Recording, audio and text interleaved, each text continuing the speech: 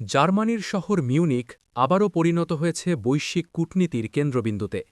বিশ্বের প্রভাবশালী রাষ্ট্রপ্রধান, পররাষ্ট্রমন্ত্রী, প্রতিরক্ষামন্ত্রী এবং নিরাপত্তা বিশেষজ্ঞরা একত্রিত হয়েছেন বার্ষিক মিউনিখ সিকিউরিটি কনফারেন্সে। চলমান ভূরাজনৈতিক উত্তেজনা, ইউরোপে যুদ্ধ পরিস্থিতি, মধ্যপ্রাচ্যের অস্থিতিশীলতা এবং ইন্দো প্যাসিফিক অঞ্চলের ক্ষমতার ভারসাম্য সব মিলিয়ে এবারের সম্মেলন অত্যন্ত তাৎপর্যপূর্ণ বলে মনে করছেন বিশ্লেষকরা। বর্তমান বিশ্ব রাজনীতি এক বহুমাত্রিক সংকটের মধ্য দিয়ে যাচ্ছে। ইউরোপে যুদ্ধ, মধ্যপ্রাচ্যে অস্থিরতা, চীন তাইওয়ান উত্তেজনা এবং বৈশ্বিক অর্থনৈতিক অনিশ্চয়তা, এই প্রেক্ষাপটে নিরাপত্তা ইস্যু আগের যে কোনো সময়ের চেয়ে বেশি গুরুত্বপূর্ণ হয়ে উঠেছে। এই পরিস্থিতিতে মিউনিখ সম্মেলন শুধু আনুষ্ঠানিক আলোচনার প্ল্যাটফর্ম নয়, বরং এটি হচ্ছে বৈশ্বিক শক্তিগুলোর অবস্থান স্পষ্ট করার মঞ্চ। সম্মেলনের উদ্বোধনী বক্তব্যে জার্মান নেতারা বলেন, বিশ্ব এখন বিভাজনের পথে নয়, বরং সমন্বিত নিরাপত্তা কাঠামোর দিকে এগোতে হবে। ইউরোপীয় ইউনিয়নের প্রতিনিধিরা রাশিয়া ইউক্রেন যুদ্ধকে ইউরোপীয় নিরাপত্তার সবচেয়ে বড় চ্যালেঞ্জ হিসাবে তুলে ধরেন। সম্মেলনের সবচেয়ে আলোচিত বিষয় ছিল ইউক্রেন যুদ্ধ। পশ্চিমা নেতারা পুনরায় প্রতিশ্রুতি দিয়েছেন যে তারা ইউক্রেনকে সামরিক ও অর্থনৈতিক সহায়তা অব্যাহত রাখবেন। মার্কিন প্রতিনিধিদল জানিয়েছে, রাশিয়ার আগ্রাসন যদি রুখে না দেওয়া যায়, তবে তা আন্তর্জাতিক আইন ও সার্বভৌমত্বের ধারণাকে দুর্বল করবে। অন্যদিকে রাশিয়ার প্রতি কূটনৈতিক বার্তায় কিছু ইউরোপীয় নেতা যুদ্ধবিরতি ও আলোচনার আহ্বান জানান।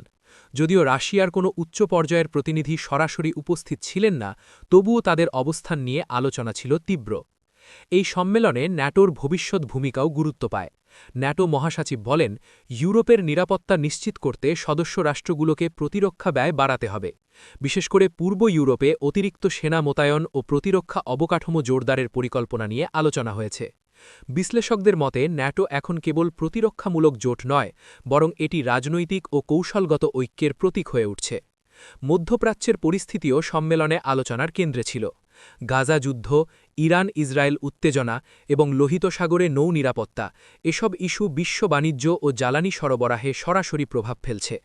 যুক্তরাষ্ট্রের প্রতিনিধি বলেন, মধ্যপ্রাচ্যে স্থিতিশীলতা নিশ্চিত না হলে বৈশ্বিক অর্থনীতি চাপে পড়বে। অন্যদিকে আরব দেশগুলোর প্রতিনিধিরা দ্বিরাষ্ট্র সমাধানের প্রতি সমর্থন পুনর্ব্যক্ত করেন। ইন্দো প্যাসিফিক অঞ্চলেও উত্তেজনা বাড়ছে। তাইওয়ান প্রশ্ন, দক্ষিণ চীন সাগরে সামরিক উপস্থিতি এবং প্রযুক্তিগত প্রতিযোগিতা, এসব বিষয় আলোচনায় উঠে আসে। চীনের প্রতিনিধিরা সরাসরি উপস্থিত না থাকলেও পশ্চিমা দেশগুলো তাদের নীতি ও কর্মসূচি নিয়ে উদ্বেগ প্রকাশ করে। যুক্তরাষ্ট্রের কর্মকর্তারা বলেন, আমরা সংঘাত চাই না, তবে আন্তর্জাতিক নিয়মভিত্তিক শৃঙ্খলা বজায় রাখতে প্রতিশ্রুতিবদ্ধ। সম্মেলনের একটি গুরুত্বপূর্ণ অংশ ছিল সাইবর নিরাপত্তা ও কৃত্রিম বুদ্ধিমত্তা। সামরিক প্রযুক্তির দ্রুত উন্নয়ন এবং এআই নির্ভর অস্ত্র ব্যবস্থার সম্ভাব্য ঝুঁকি নিয়ে বিশেষজ্ঞরা সতর্ক করেন। একটি সেশনে বলা হয়, ভবিষ্যতের যুদ্ধ শুধু মাটিতে নয়, সাইবার জগতে এবং মহাকাশেও সংঘটিত হতে পারে। তাই আন্তর্জাতিক নিয়ন্ত্রণ কাঠামো প্রয়োজন বলে মত দেন বক্তারা। ইউনাইটেড নেশনসের প্রতিনিধি বলেন, বর্তমান বৈশ্বিক সংকট প্রমাণ করছে যে বহুপাক্ষিক সহযোগিতা অপরিহার্য। তিনি যুদ্ধবিরতি, মানবিক সহায়তা এবং কূটনৈতিক আলোচনার ওপর গুরুত্বারোপ করেন। জাতিসংঘের মতে দীর্ঘমেয়াদী শান্তির জন্য কেবল সামরিক শক্তি নয়, পর্যালোচনা মতই টেকসই পথ। বিশ্ব নিরাপত্তা সংকট সরাসরি অর্থনীতিকে প্রভাবিত করছে। জ্বালানির দাম, সরবরাহ শৃঙ্খল এবং বাণিজ্যিক রুটের নিরাপত্তা সবই আলোচনায় উঠে আসে। ইউরোপীয় অর্থনীতিবিদরা সতর্ক করেছেন যে দীর্ঘস্থায়ী সংঘাত বৈশ্বিক মন্দার ঝুঁকি বাড়াতে পারে। মিউনিখ সম্মেলনের একটি বড় বৈশিষ্ট্য হল, এখানে আনুষ্ঠানিক বৈঠকের পাশাপাশি অনানুষ্ঠানিক কূটনৈতিক সংলাপও হয়। অনেক সময় বন্ধ দরজার পেছনে হওয়া বৈঠকগুলোই ভবিষ্যতের বড় সিদ্ধান্তের ভিত্তি তৈরি করে।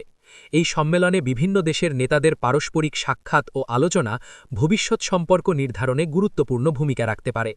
অনেক বিশ্লেষক মনে করছেন, বর্তমান বিশ্ব পরিস্থিতি এক নতুন ধরনের শীতল যুদ্ধের দিকে ইঙ্গিত করছে, যেখানে সরাসরি সংঘাতের পরিবর্তে অর্থনৈতিক নিষেধাজ্ঞা, প্রযুক্তিগত প্রতিযোগিতা এবং আঞ্চলিক প্রক্সি যুদ্ধ বাড়ছে। মিউনিখ সম্মেলনে এই বিষয়টি বারবার উঠে এসেছে। প্রশ্ন হল, বিশ্ব কি বিভাজনের পথে এগোচ্ছে, নাকি নতুন সমন্বিত নিরাপত্তা কাঠামো গড়ে উঠবে? বিশ্ব এখন তাকিয়ে আছে মিউনিখের সিদ্ধান্ত ও বার্তার দিকে, কারণ এখানেই নির্ধারিত হতে পারে আগামী দিনের বৈশ্বিক নিরাপত্তা ও কূটনীতির রূপরেখা।